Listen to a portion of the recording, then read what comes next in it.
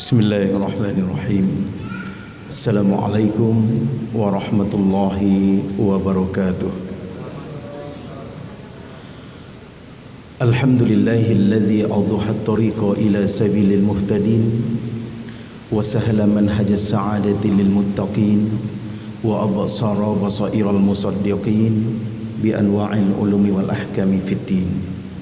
Asyhadu an la ilaha illallah al-malikul haqqul mubin wa asyhadu anna Muhammadar Rasulullah as-sadiqul wa'dul amin. Amma ba'du. Al-Mukarram, para ulama kita, para guru kita, para imam kita yang telah membimbing kita beribadah di rumah Allah yang penuh berkah ini. Istimewa kepada seluruh jamaah salat zuhur hamba Allah yang berbahagia. Pada waktu yang terbatas ini kita kembali mengawali sholat zuhur berjamaah dengan sedikit membuka majlis ilmu, di mana kajian kita hari ini insya Allah akan memperkuat dan memantapkan ibadah sholat kita. Bapak-bapak dan ibu-ibu sedang sama sholat zuhur hamba Allah yang berbahagia. Tepatnya kita hari ini berada pada tanggal 15 Sya'ban, nisfu Sya'ban. Sya'ban tahun ini tepat di kisaran 29 hari. InsyaAllah 14 hari lagi kita akan memasuki bulan suci Ramadan. Sebelum masuk ke topik inti, ingin kita sampaikan betapa indahnya Allah menempatkan 3 bulan berturut-turut dengan keistimewaan dan kejadian-kejadian yang luar biasa. Bulan Rajab Allah tempatkan di situ kejadian satu-satunya di dunia, yakni Isra dan Mi'raj. Bulan Sya'ban Allah jadikan bulan persiapan untuk bagaimana kita masuk kepada bulan penuh berkah, yakni bulan suci Ramadan. Kami pernah melihat, menganalisa dan sedikit mendalami kenapa tidak Allah jadikan bulan Rajab itu sesudah bulan suci Ramadan, atau kenapa setelah bulan Rajab mesti ada bulan Sya'ban, tidak langsung Ramadan. Ternyata hikmahnya luar biasa sekali. Coba kita lihat, di bulan Rajab itu ada 2 substansi besar, dan 2 substansi besar ini merupakan pondasi utama kita sebagai seorang muslim. Apa itu? Di bulan Rajab kembali Allah tes keimanan kita. Kembali Allah ingin memantapkan keyakinan kita kepadanya dengan terjadinya peristiwa Isra dan Mi'raj. Selaku seorang muslim, percayakah kita atau tidak? Ujian keimanan sebenarnya bagi kita jika kita dalami peristiwa Isra Mi'raj, di mana kalau kita mengkaji Isra Mi'raj itu tidak lepas dari 4 hal besar. Poin besarnya 4. 1, sebab terjadinya. Kedua, proses terjadinya. Ketiga, buah dari Isra Mi'raj. Yang keempat, hikmahnya. Maka buahnya yang paling besar itu 2. Ujian keimanan bagi kita untuk memantapkan keyakinan kita kepada Allah. Yang kedua, Allah perintahkan langsung Rasulullah untuk menjemput tiang agama kita, yakni sholat. Kita tidak panjang di situ. Kemudian Allah beri kesempatan kita masuk bulan Sya'ban. Bulan Sya'ban ini adalah bulan di mana kita menerapkan apa yang telah menjadi 2 hal besar di Rajab tadi, keimanan dan perintah sholat tadi. Kita terapkan, kita persiapkan diri kita. Dan demikian juga dengan puasa. Rasulullah tidak pernah memperbanyak puasa sunatnya kecuali di bulan Sya'ban. Ini betul-betul bulan pelatihan menjelang Ramadan masuk. Hari ini kita sedang berada di situ. Nah, sekarang pertanyaannya, bulan suci Ramadan itu bulan apa? Inilah bulan yang paling istimewa, hadiah khusus dari Allah Subhanahu wa taala untuk kita yang tidak diberikan kepada umat dimanapun juga, kecuali hanya untuk umat Muhammad sallallahu alaihi wasallam. Bulan inilah yang membuat para iblis dan setan stres berat. Bulan inilah yang membuat para nabi pada cemburu. Dan bulan ini pula lah yang akan paling banyak menyelamatkan umat Muhammad dari azab neraka. Hanya saja bulan ini akan sia-sia saja kalau kita tidak mempersiapkannya dari sekarang. Dan bahkan bulan ini akan berubah menjadi kutukan dari Allah bagi kita apabila Ramadan pergi, kita tidak berubah sama sekali. Nah, oleh karena itu kajian singkat kita ini hanya membahas satu topik saja. Persiapan apa yang mesti benar-benar kita persiapkan dalam menyambut bulan suci Ramadan. Soal iman jelas, itu pondasinya. Awaludin ma'rifatullah, innani anallah la ilaha illa ana fa'budni wa aqimis sholata li zikri. Iman pondasinya. Iman kita sudah ikrar, kita sudah syahadat, asyhadu an la ilaha illallah wa asyhadu anna muhammadur rasulullah. Selesai pondasi kita, yakin kita sampai sekarang. Di atas pondasi dibangun tiangnya. Tiangnya itulah ibadah sholat. Apa dua faktor ini tidak ada, batal semuanya. Pondasi enggak ada, di mana tiang mau ditancapkan. Tiang tak ada, di mana bagian atas strukturnya akan ditempatkan. Maka sekarang kita bicara tiangnya. Berkaitan dengan sholat, kita ingin mengupas 3 hal saja. Pertama, kita mesti tahu dulu di mana posisi sholat dalam agama kita. Apa urgensinya bagi kita selaku seorang muslim. Ini mesti kita sadari. Orang yang mengaku Islam meninggalkan sholat karena dia tidak sadar posisi sholat bagi dia. Dia tidak meresapi urgensinya itu apa, sehingga dia lalai, abai dan biasa saja dengan sholatnya. Bapak-bapak, ibu-ibu sidang jamaah zuhur yang dimuliakan Allah, sholat itu tiangnya.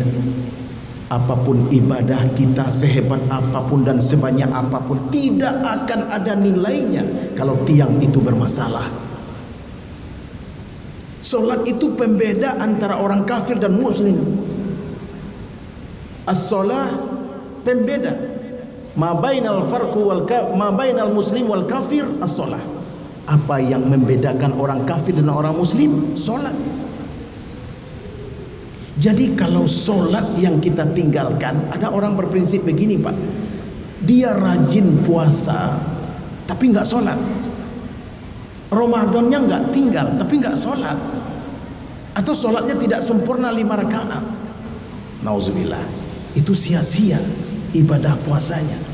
Atau mungkin begini, selama Ramadan dia taat, di luar Ramadan dia tidak kerjakan lagi itu sholat, juga tidak ada nilainya.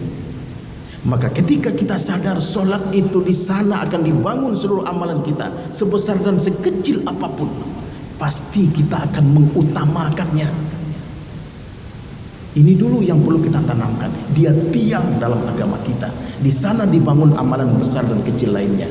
Kita akan singkatkan di situ. Yang kedua, apa lagi yang perlu kita evaluasi dan kita persiapkan menjelang Ramadan ini sekaitan dengan sholat kita adalah kualitasnya. Bapak Ibu sudah tahu sholat sebagai tiang? Sudah. Apalagi yang kedua, kualitas sholat kita. Ini masalah paling banyak hari ini. Sebelum kita bicara kualitas, selesai sholat ini ada 3 hal yang kita dapatkan. Pertama, ada orang sholat, setelah sholat dapat murka Allah. Sholatnya yang mengundang marah Allah. Coba bayangkan, karena sholat Allah marah ke dia. Nauzubillah. Ini yang perlu kita sadari. Gak sholat Allah belum marah, setelah dia sholat Allah marah. Siapa itu? Pertama, orang yang sholat dalam keadaan tidak suci. Wudunya gak benar, sementara wudu kunci sholat. Al-wudu miftahus sholat. Wudu kuncinya. Dan bahkan wudu itu kunci khusyuk juga dalam sholat. Wudu enggak benar itu haram sholat. Banyak cara wudu kita yang bermasalah. Kisah di zaman Rasulullah sering kita dengar, seorang sahabat diperintahkan 3 kali sholat dari Rasulullah. Ada yang mengatakan karena tumakninahnya, tapi ulama lebih sepakat mengatakan karena wudunya yang tidak benar. Khatib sering menyaksikan, Pak, sesuatu yang menempel di anggota wudu kita tidak kita bersihkan menjelang sholat. Ibu-ibu yang pakai bedak, pakai lipstik dan sebagainya, yang tidak dicuci dulu sebelum sholat. Astagfirullah, batal wudunya, nggak sah sholatnya, haram, dimarahi Allah selesai sholat. Yang kedua, orang yang memakan yang haram, harta riba, harta hasil korupsi, penipuan, dibawanya sholat, murka Allah dia dapatkan. Yang ketiga, orang-orang yang memakai pakaian bernajis.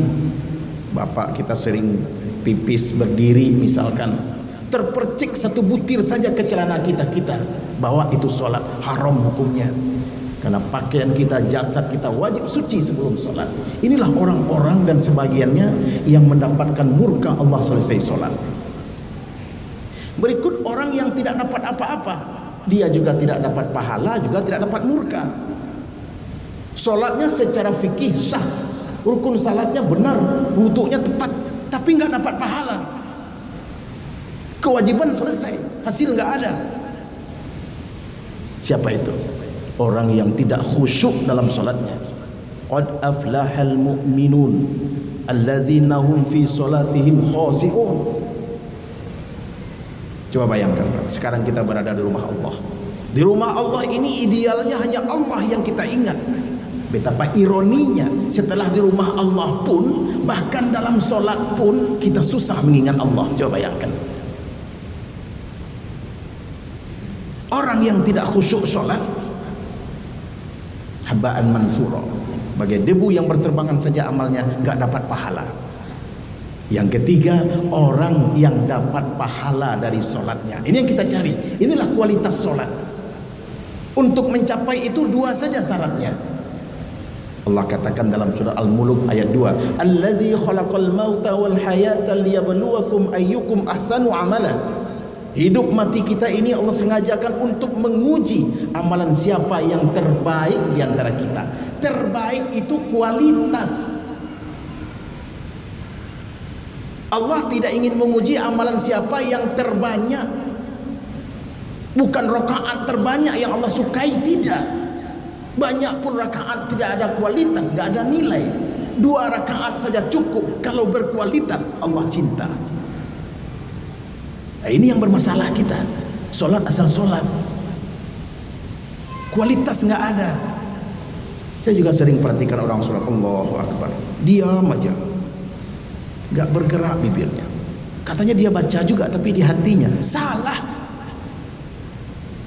Kualitas itu 2 syaratnya. Pertama, ikhlaskan niatnya karena Allah. Innamal a'malu binniyah.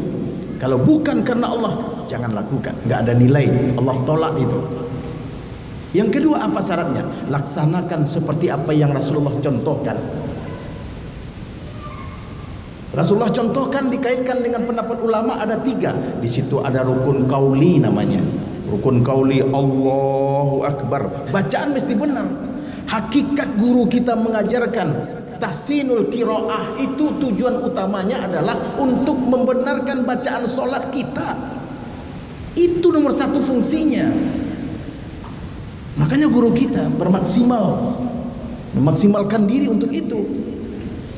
Rukun qauli itu harus dibaca dengan benar. Salah bacaan, salah arti nggak diterima. Barisnya salah tempat, makharijul hurufnya tidak benar, nggak sah sholatnya. Yang kedua, rukun qalbi namanya hati. Di hati ditempatkan niat, misalkan kekhusyukan kita juga.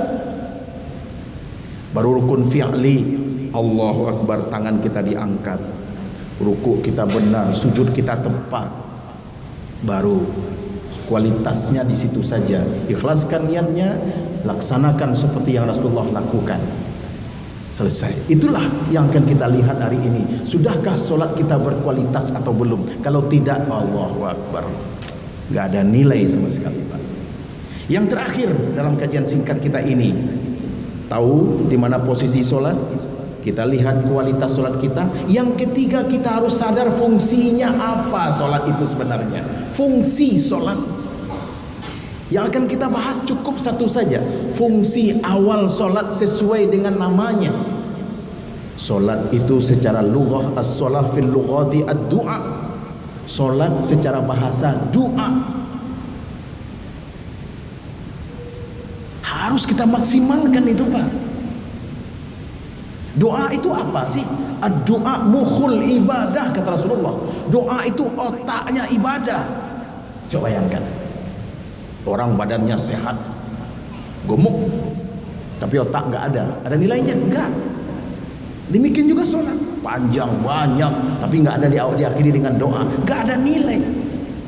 Makanya demikianlah hebatnya Islam. Sholat tiang agama, dan sholat itu adalah doa. Doa itu otaknya ibadah. Luar biasa sekali. Rasul katakan juga, doa awalul ibadah. Doa itu awal dari ibadah. Ini fungsi sholat ini, Pak. Kita himpun hadis Rasulullah. Tiap hari ada 12 orang yang didoakan oleh malaikat. 12 orang yang dapat doa malaikat. 6 dari 12, 6 dari yang 12 itu karena sholat. Coba bayangkan, Pak, ada apa dengan doa malaikat? Allahu Akbar. Doa malaikat pasti dikabulkan Allah. Kenapa? Karena malaikat tidak bermaksiat. Kedua, karena malaikat dekat dengan Allah. Kalau kita doa macam-macam kasusnya, yang ditolak lah, yang ditangguhkan lah, dan lain sebagainya. Kenapa? Maksiat kita banyak, kita jauh dari Allah. Siapa yang tidak ingin doa malaikat? Allahu Akbar. 6 dari 12 itu karena sholat. Ini kita lihat satu-satu. Orang yang dapat doa malaikat karena sholat, orang yang menanti datangnya waktu sholat di tempat sholat. Dilihat 10 menit lagi waktu sholat akan masuk, dia sudah berada di rumah Allah. Sepanjang dia duduk menanti waktu sholat, Allah kirimkan malaikat untuk mendoakannya. Itulah fadilah menanti waktu sholat. Kalau sudah pada posisi menanti waktu sholat, amalan kita luar biasa. Makanya orang-orang, Pak, kalau udah tahu ini, dia tidak akan pernah melalaikannya. Untuk mengujinya begini saja, Pak. Kalau kita mau jalan jauh atau kita mau melakukan satu apa saja kegiatan, ada orang dia selalu melihat waktu. Kalau jam segini saya berangkat, sholatnya di mana ya? Ya Allah. Kalau sudah begitu standar aktivitasnya, ini top chair tuh, Pak. Dia melakukan aktivitas harian itu berdasarkan waktu sholat. Jam segini berjalan sampai di mana? Masjidnya ada nggak di situ ya? Sholatnya di mana nih? Dan ada orang berjalan seenaknya saja. Sholat bukan standar bagi dia. Menunggu waktu sholat. Yang kedua, orang yang berada di saf terdepan, dari ujung sana sampai ujung situ, Allah pastikan dapat doa dari malaikat. Berebut kita, Pak. Saf terdepan ini nggak ada istimewanya, nggak ada khususiatnya bagi orang-orang. Mau Pak Gubernur telat, ya jangan, belakangan.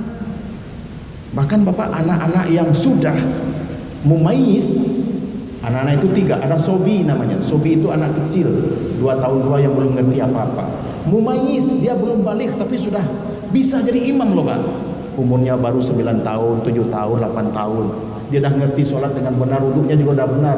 Ada di saf terdepan, jangan digeser, nggak boleh merampok haknya kita itu, Pak. Karena itu rezekinya ada doa malaikat di situ. Berpacu, Pak. Yang 2 nggak dapat doa malaikat ke belakang. Yang ketiga, orang yang menghubungkan saf terputus. Allah dan malaikat mengirimkan salawat dan doa untuk orang itu, Pak. Ini saf kita masih terputus-putus karena pandemi. Ini darurah syariah namanya. Insya Allah, Pak, sebelum Ramadan kita akan pindah ke lantai 2 dan saf kita sudah dirapatkan. Saya pernah nanya, Pak, kepada salah seorang kepala dinas kesehatan. Saya bilang, Bu, saya minta informasi, adakah penyebaran corona dari masjid dan musala sejak corona itu ada? Di Sumatera Barat sajalah dulu. Wallahi, Pak, sampai hari ini kekuasaan dan kebesaran Allah, tidak ada penyebaran corona di masjid atau melalui masjid dan musala sampai hari ini. Masya Allah. Ini khusus Sumatera Barat yang kita baca. Di luar saya nggak tahu Pak. Menunjukkan apa? Kita kan jarak sawah ini untuk jangan terpapar corona. Mulai di tempat saya yang nggak ke musala, yang nggak ke masjid, dia yang kena corona. Dia takut ke masjid musala karena takut corona. Dia yang kena. Nah, besok insya Allah rapatkan safnya. Di posisi wajar normal ada saf yang berjarak, kita isi di situ. Dapat doa malaikat. Udah 3. Yang keempat, orang yang membaca amin bersama imam. Berarti sholatnya jamaah. Amin kata imam. Di saat imam membaca amin, malaikat juga turut membersamai membaca amin. Kita juga ada bersama dia. Itulah yang mendapatkan doa malaikat. Yang kelima, selesai sholat jangan mundur, jangan geser. Orang yang tetap duduk di mana dia sholat, berzikir dia di situ, dapat doa malaikat. Kebanyakan kita assalamualaikum, assalamualaikum, geser ke belakang. Cari tempat yang lapang, cari tiang, cari kipas angin. Salah itu Pak. Pak sempit, di tempat yang sempit itu malaikat ada. Mudah saja, satu stabil, satu maju ke depan sedikit. Lega dia. Jangan mundur Pak. Dapat doa malaikat. Yang terakhir, yang keenam, orang yang sholat subuh dan asar. Malaikat yang jaga pagi, lapor kepada Allah, aku dapatkan hambamu dalam keadaan sholat ya Allah. Malaikat yang pulang petang, lapor lagi kepada Allah, aku tinggalkan dia dalam keadaan sholat ya Allah. 6 darinya kena sholat. Bolehkah kita berdoa sedang sholat? Itulah tempat doa terbaik. Ini doa panjang-panjang di luar sholat, jangan. Iya juga, tapi yang paling afdol doanya dalam sholat. Dalam sholat kita berdoa. Lain lagi kajiannya nanti insya Allah. Bapak-bapak, ibu-ibu sidang jemaah zuhur yang berbahagia, itu saja dulu. Insyaallah lain waktu kita sambung lagi. Wabillahi taufiq wal hidayah. Wassalamualaikum warahmatullahi wabarakatuh.